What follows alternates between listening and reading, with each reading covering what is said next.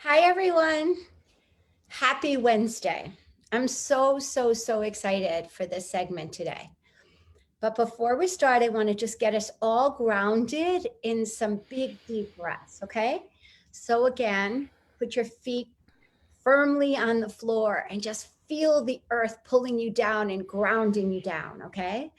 And we're going to take 4 breaths in. And when you take that breath in, breathe in love, love. We're going to hold our breath and just exhale pleasure. So inhale love, hold our breath, exhale pleasure 3 times. Big, healthy breaths. Fill up those lungs. Okay, let's go. Ready? Hold the breath. Exhale pleasure. Inhale love. Smile. Hold your breath.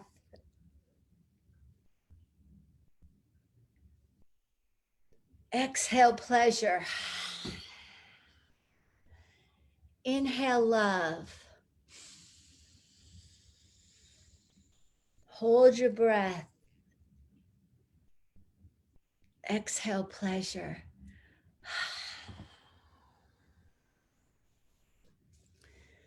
So, we've been on this journey together with these conversations with my people, and we sort of first we started out with how we were going to deal with fear and some of the mental issues that go along with that. And then we went into all the different things about how to tweak our exercise while we're in quarantine. And of course, we looked at our food and we looked at our diet and we looked at our exercise. And then the last few weeks, we really honed in on our bulletproof immune system and really understanding right down to the minutia of the supplements that we need to be taking and the food that we need to be eating. So we really have gone through a whole beautiful path.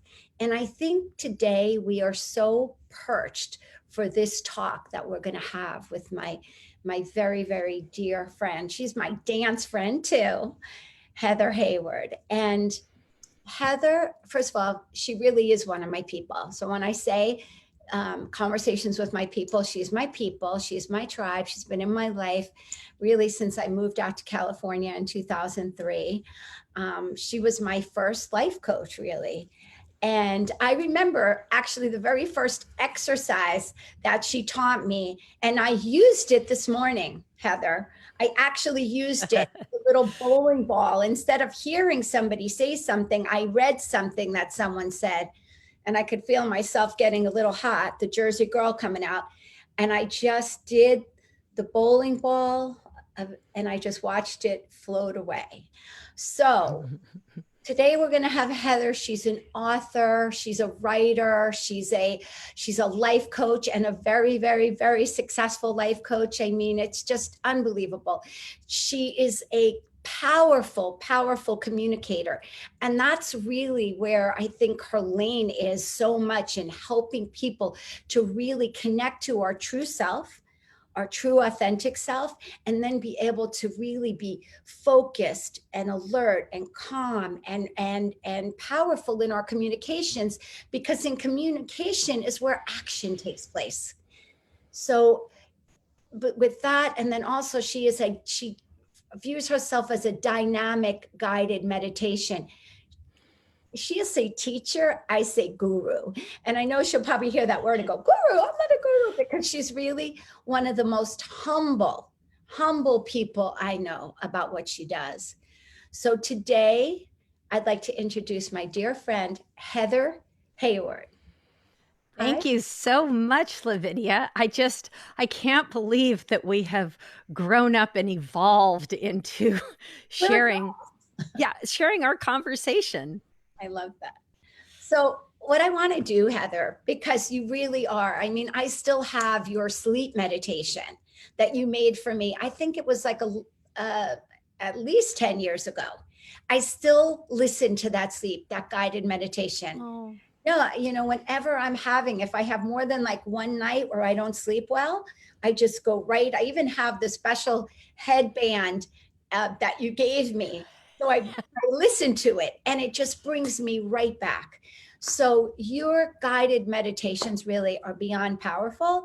So what I would love to do is have you do one right here, right now for all of us to do a guided meditation so that people can understand what that is and how instantaneously, when they're getting off of their track or they're being amped up for some reason or being triggered, they can use that.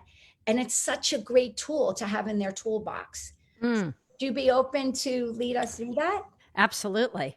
So, and thank you, Lavinia, for having me on here. It does mean the world. So, with that being said, even if you guys are driving, you can keep your eyes open. Or if you're sitting, you can close your eyes for a minute.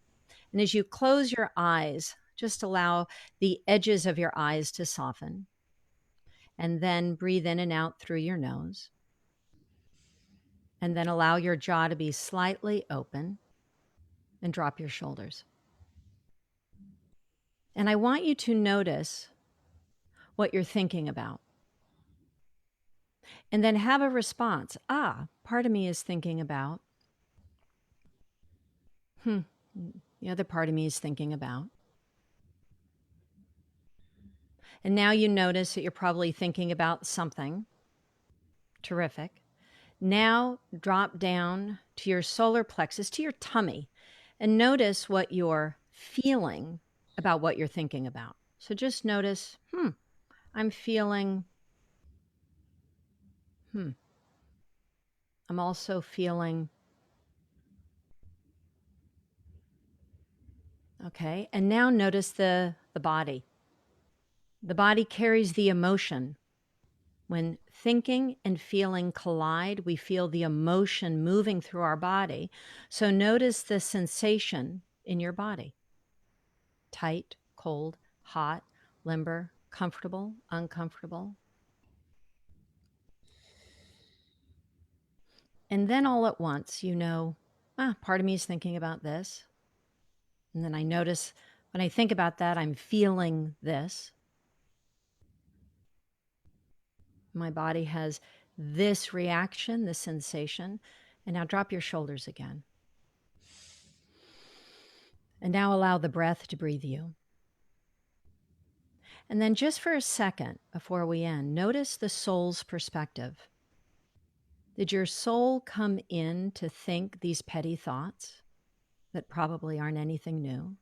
To feel the same old feelings? To focus on the same old aches and pains in the body? So allow the soul to have the mic. Allow the soul to inform you right now. How else can I see this moment? And then breathe that in, drop down into your heart. Your heart, that incredible organ, beating just for you and nobody else. Allow the heart to just give you a little information today. How else could you take better care of you? Now open your eyes and just come back.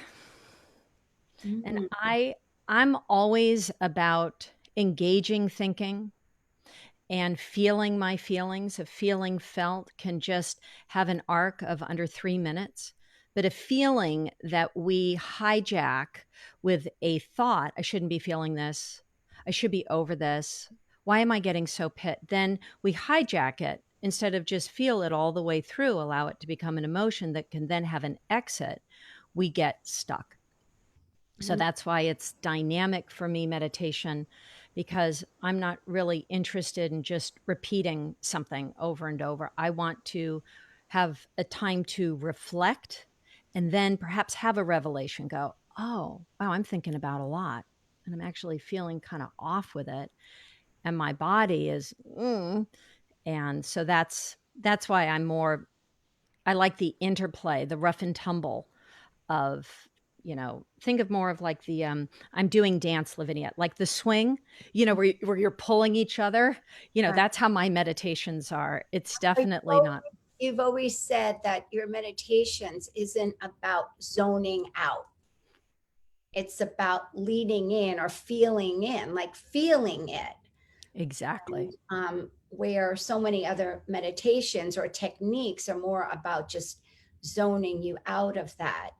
And I think that's what was always helpful for me working with you, was being able to, like, to put a frame around my feelings, Mm, to start understanding what where they where they're coming from, that little voice in my head.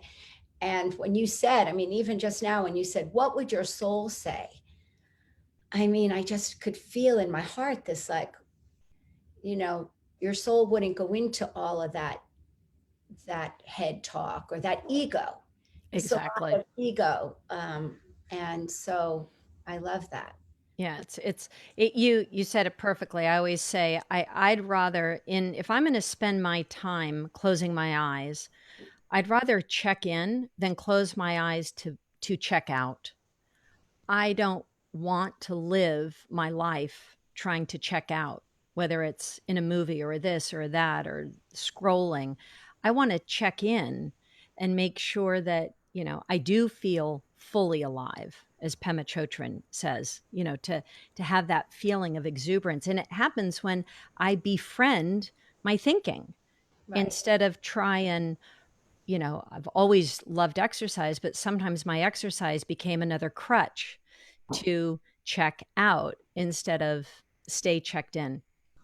Well, let's check into, like, what people are dealing with right now during this quarantine.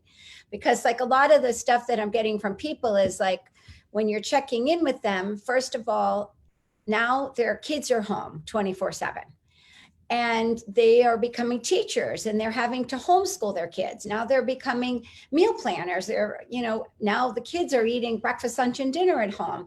And then, of course, the kids are home. So they're trying to control everything the kids are eating, and they don't want them to have too much sugar and too much this. And then, of course, our husbands, who probably in the past we might have wanted them home a little bit more. Now it's like, when am I going to start seeing the back of their head leaving?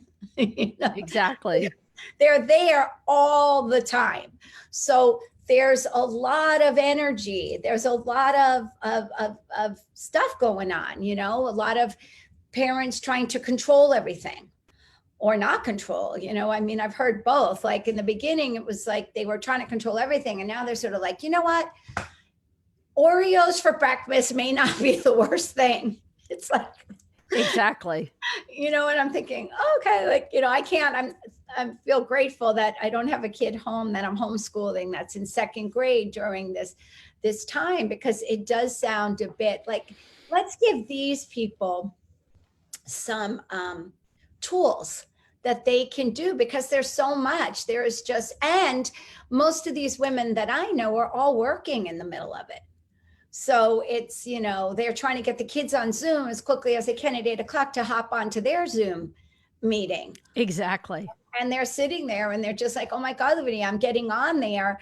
And, I'm the only woman and my hair's in a bun. And I'm like, I feel erect because I literally think I have like cereal on my face from the 4-year-old at home.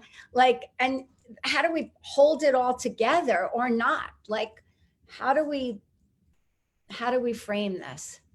Yeah. And it's not with the same tools that we had before, because with everyone around, we don't have the same privacy. Even though we have a quarantine, what we've lost is privacy, because we don't feel that we're allowed to shut the door for the amount of time that we need. So, what I've really just kind of made front and center in terms of tools is from Mark Waldman, Neuro Wisdom. So he does a lot of the best studies for businessmen, businesswomen, because they can't do a 30-minute, soul dive in the middle of the day. So this is what we can all do amongst our family. We can do it in the bathroom, is, and we can do it right now, is to yawn. So even if you fake yawn, I'm going to fake yawn, and then it turns into, a real yawn. If you can yawn Mm. and do a micro stretch. So, what a micro stretch is, no one else would even know that you're doing it, but you're just slowly moving your head forward. So slow, it's called micro stretching until you tune into that stretch. And then you can yawn again. And then you can even take it and make it a slow motion stretch. And so, what's happening is we're communicating to our vagus nerve, one of the most powerful places in our body. And we can do it in the face of the people, the humans that we seem to be, sequestered with. We can yawn at them and we can make it funny because a fake yawn then turns into a real yawn. And Yawning. maybe even a laugh. Exactly. Absolutely. And the other thing is, if you put your hands down, that puts people down. But if you move your hands up and you're just saying, hey, let's go outside, I'm going to get on a Zoom. And it's that movement that is also activating us to move through something. So, the worst thing we can do when we're in front of a family member and they are truly activating us and they are annoying, let's admit, I find, people are annoying, is the last thing we want to do is be a mannequin. We don't want to hit the Vogue in Madonna, Vogue.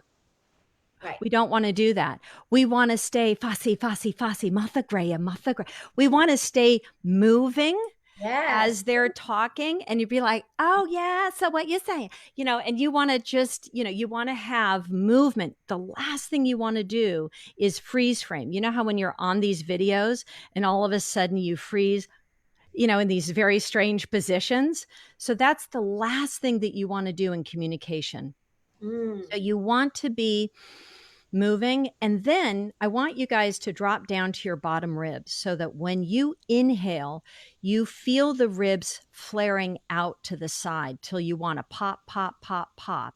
And then when you exhale, you physically feel your ribs contracting in, in, in, in, in, in, in.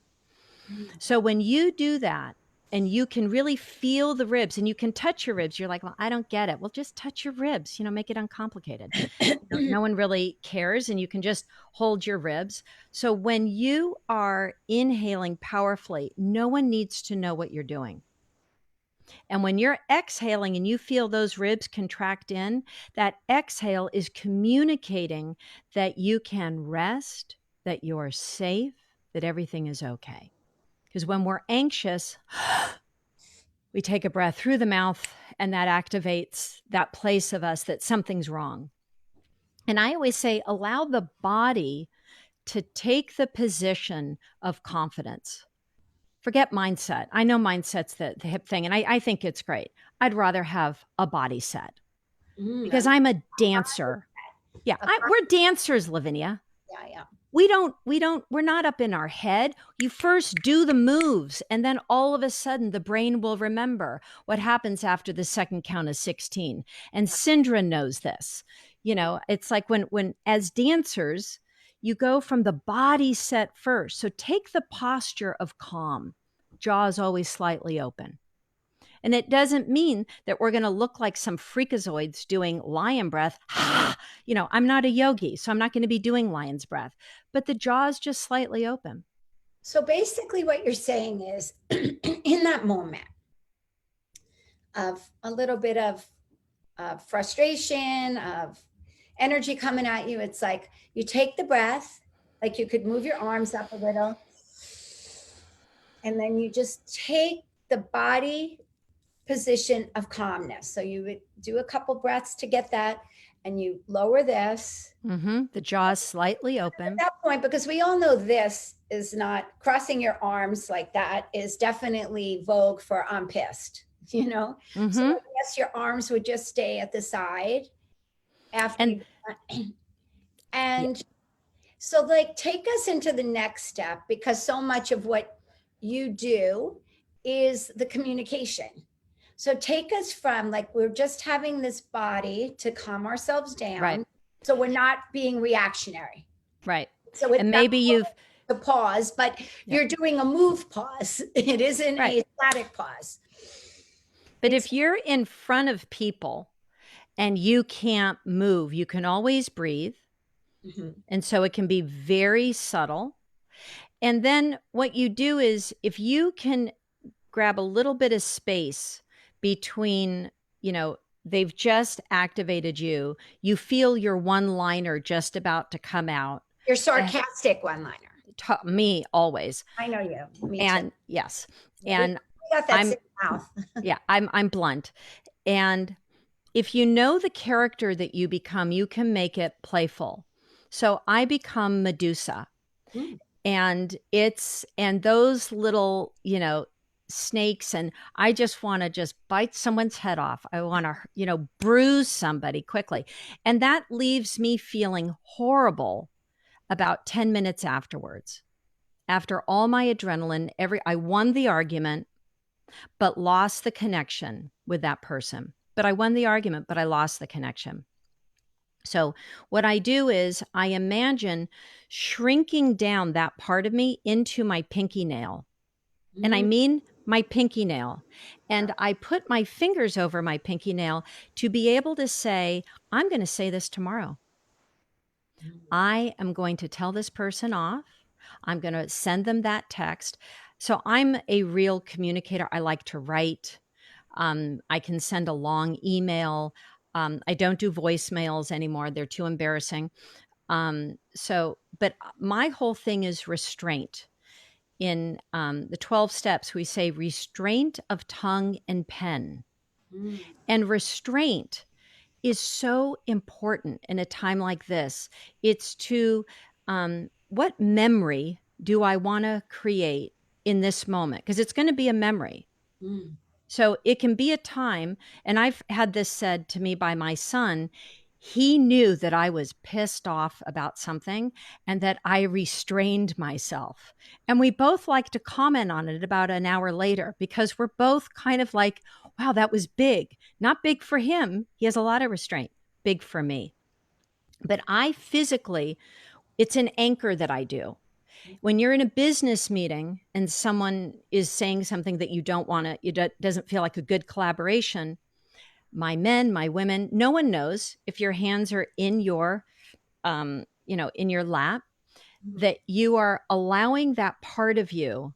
You're saying, I hear you.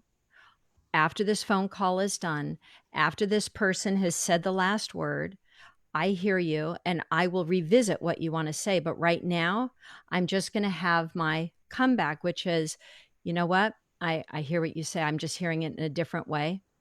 And it may be the way that you're communicating it. But let me take time before I respond. Yeah, because everybody needs to process and digest. And, everybody process and digest differently. And we need different times. So I love that. So we're going to breathe. We're going to breathe. We're going to get in touch with our character. My character. What's your character? I always say I'm the Jersey girl. I'm the Italian girl from New Jersey.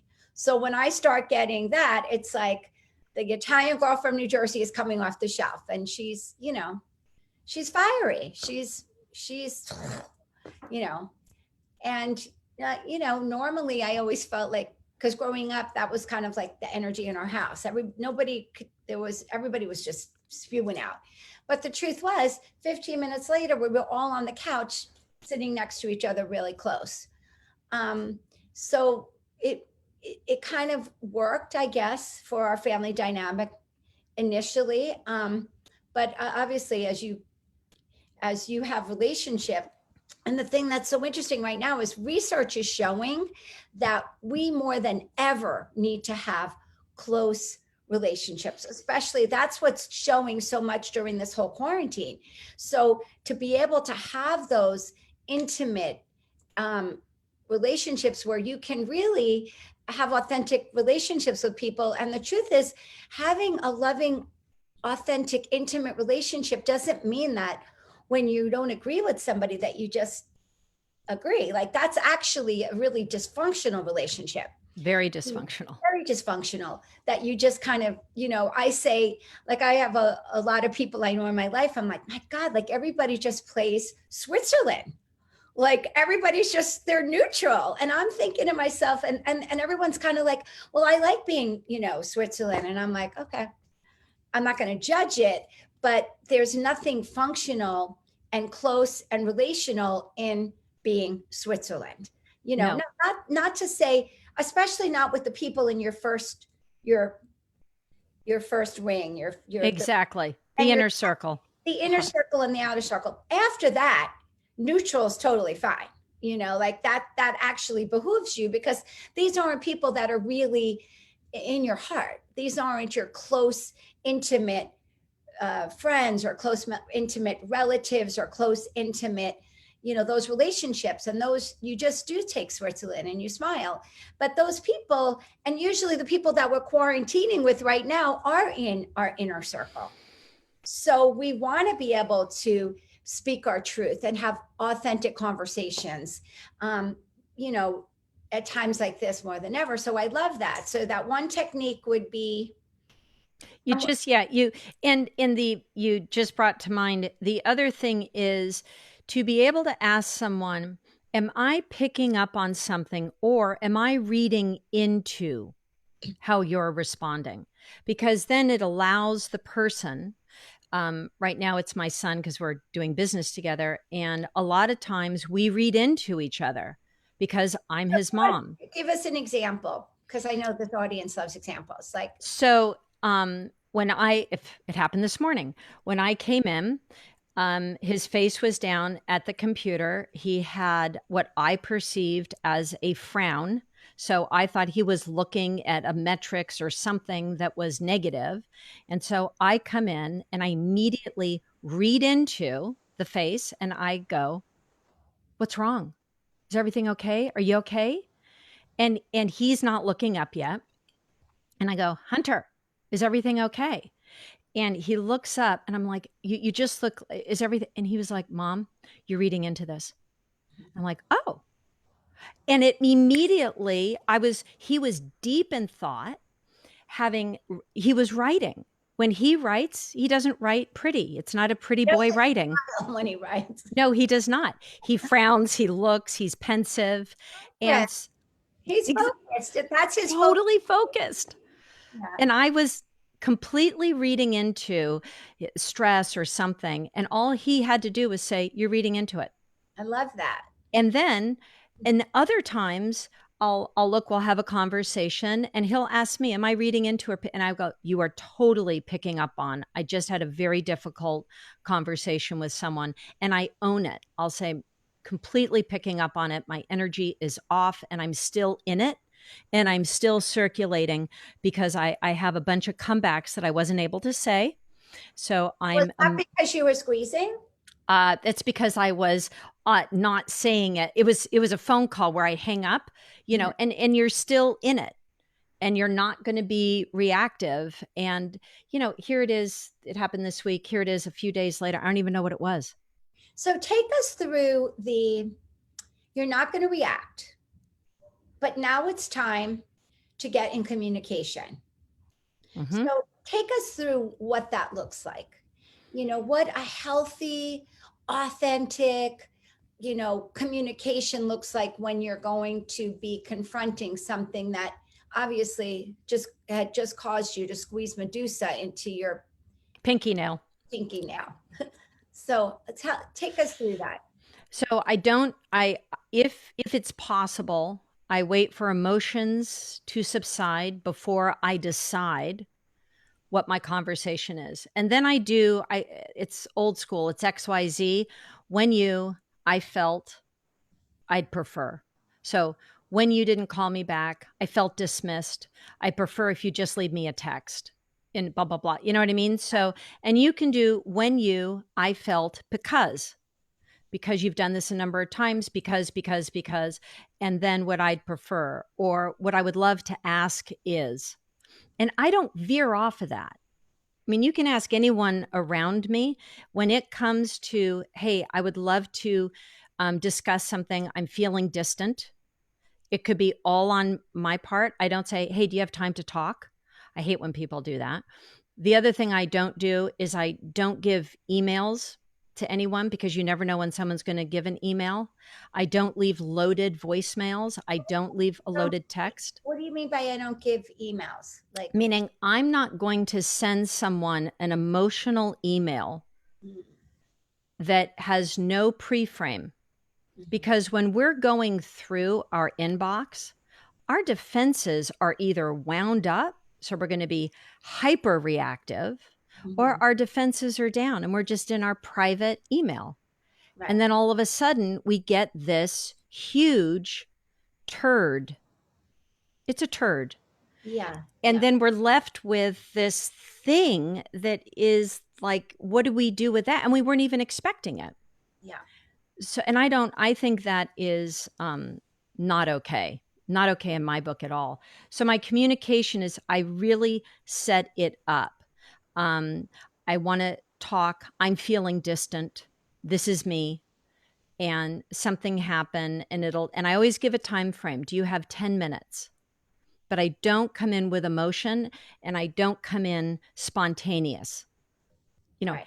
if someone's doing something, hey, tell me when you have time. I try to contain myself, restraint of tongue and pen again. Hmm. So I do I felt, because I'd prefer, can I invite you to, I would love to ask if next time blank. Okay, but say you were in that meeting. So you were Mm-hmm. in that meeting with this person Mm-hmm. and you were feeling a lot of the things that they were talking about that would be challenging for you to collaborate with them because it could be whatever. It could be their values, it could be what they value, it could be their character, it could be the plan that they're putting forth doesn't really resonate with you, whatever it is. And you're going, and probably if you're getting this visceral response, it's that the delivery was harsh. Because normally you can have all of those things, but if the delivery is in a place of harmony and respect for everybody in the room, because respect is, then you wouldn't probably even have that visceral response in a meeting. You would just be like, I'm not really vibing with this. This just doesn't feel like me collaborating with this group would be great. But it's when there's some kind of attack or bullying or too much ego from the person that's giving it that kind of makes us get a little bit respond that way. Exactly. So now you're going to go back and you're going to have the conversation with them to basically share with them the experience that you had in that meeting and why you would need to further have conversations if you're the right fit, right? So that wouldn't be when you do this, I feel this, I'd rather this. Like what that? How would you get back in communication with that person? And are you talking about in the moment? No, I'm talking about so you After. listen because that's what we do. We go to these meetings, we listen. Exactly. Sometimes, you walk out and it's like your handshaking saying, yeah, we definitely want to work together. And there's other times that you're like not so sure because there were things that were presented in a way that you're just like, I'm not really sure if that's aligned with my values. I mean, for me, like a big part of having clarity in my life is always knowing what my values are. Totally. And I mean, I'm thankful because I don't need to work today for money. Yes, when I was in my 20s and 30s, you did what you had to do. You weren't walking out of, if you were in a meeting with somebody and they were whatever, not aligned with your values, you were like, all right, I'll figure out how to get around this. But today I have a lot more discernment. So if I'm going to collaborate with somebody and, whatever, I'm just watching the way that they are treating their assistant. I mean, they're treating me nice, but I can hear the way they're talking and yelling or whatever to their assistant, or I get there earlier and I hear them on the phone with somebody. And I'm like, I could never collaborate with this person. Like, they're not my people. So those are the things like when you really start knowing who you are, and what your boundaries are and these are my values. And I'm not going to move out of those, because circumstances change, but your values don't change, right? Absolutely. Your values don't change regardless of the circumstances. So, but the communication is what creates the harmony or the disharmony Yeah. or the war. Yeah. And I think when it's in business, Dare to Lead, Brene Brown's book, I think really defines in incredibly well ways to respond in a business setting, because she really does the team building in a way that most don't. And it's so good. And then the other thing is, when in a business situation, I would step out, be able to say, hey, let's go for a walk and let's revisit our vision. We came together because we both had the same vision. And I want to make sure that our vision is the same so that you guys can get back to where there was a connection. Because when you lose the vision and then your needs change, okay, I have a vision to have this, incredible business, whatever. And then in the interim, a person has had a child, the other person is single. Well, that person who's single can do 80 hours a week. And the person with the child now is feeling tired or this or that. So the needs have changed. The vision is the same, but the way that we're going about it is different. And then if people can align with, oh my gosh, so we still have the same vision, but our path to get there is different. And that's where you're not picking up the phone, you're not as available. And it's usually because we want instant gratification in relationships. And we want that instant recognition, that instant understanding, that instant compassion. You get me, I get you, sister. But a lot of times we don't. And so what to do in that moment is to, take the conversation on a walk. But if at all possible, press the pause button, because nothing really good is going to come, because we're both going to have our defense mechanisms on. We're going to be trying to be understood. The only thing that I've noticed also, though, very often is some people pause too long. Oh, yeah. And so they're avoidant. They use avoidance as Right. conflict resolution. Yeah. And then or like also help people when you're dealing with, because not everybody's communication skills are equal.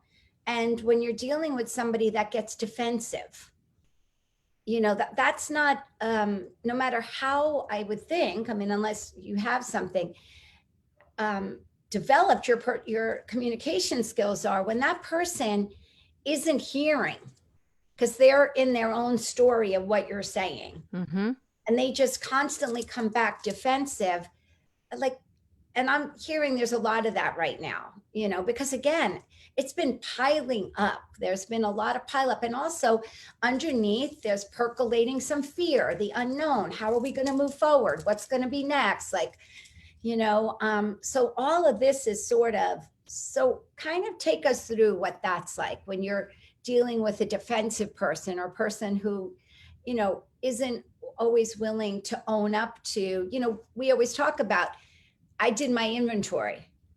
I'm clear that, I participated in this, but not everybody has that language to be able to do their personal inventory, to say, oh my gosh, like, you're right. I didn't have you on the radar at that moment. I'm so sorry. Like, that wasn't intentional. So when you're dealing with that more combative, more, so the person, I always say there are some people who they're too much of a prickly pear. You can't deal with them. And one of my clients had one of those people that she kept trying to have it happened to be her mother-in-law. Nothing against mother-in-laws. My mother has been one 3 times. So with these kind of people, that they're not going to have a conversation. It's just not. They're going to be right in their thing and punching and blind punching. They're just punching there, and you're just going to get hit. So what I do visually is I imagine putting those people, those little hamster balls where you put the hamster and they're in a ball and they're just running around. And the hamster, if it's not in a ball and it's running around, there could be poop everywhere. Again, a turd analogy.